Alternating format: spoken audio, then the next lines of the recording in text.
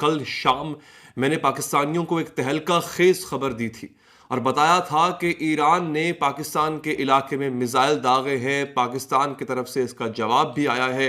वो जवाब क्या है आज आपको ये भी बताऊंगा। लेकिन ये सब कुछ क्यों हुआ, कैसे हुआ, रातों रात आखिर ईरान को क्या सूझी कि उसने पाकिस्तान पर हमला कर दिया? उसका हमसाया मुल्क है, उसका दोस्त हमसाया मुल्क है, इस्लामी मुल्क है।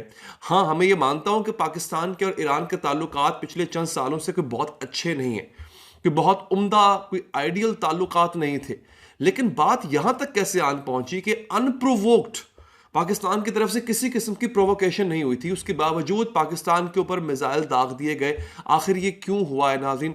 एक तो आपको ये बताऊंगा, ईरान के मिसाइल पाकिस्तान आ सकते हैं। और मैंने आपको कल खबर दी थी कि कल ईरान ने दाइश के हेडक्वार्टर्स जो शाम में है उस पर मिसाइल दागे हैं। और कल ईरान ने इराक के अंदर जो मुसाद का हेडक्वार्टर था उस पर मिसाइल दागा है। सबसे लॉन्ग रेंज मिसाइल है ईरान का, जो कि 1250 किलोमीटर की रेंज पे फायर करता है। अब तक का तवील तरीन और प्रिसीजन टारगेट मिसाइल था जो उसने किया है। लेकिन यहां पर एक सवाल है, पाकिस्तान पे आने से पहले मैं एक सवाल जो कि एक हमारे फलस्तीनी सहाफी भाई ने पूछा है, उसकी गुफ्तगू जो है वो अरबी में है, शायद आप लोग अरबी समझ पाए कुछ लोग, मैं सुना फिर भी देता हूं आपको, जरा सुनिएगा।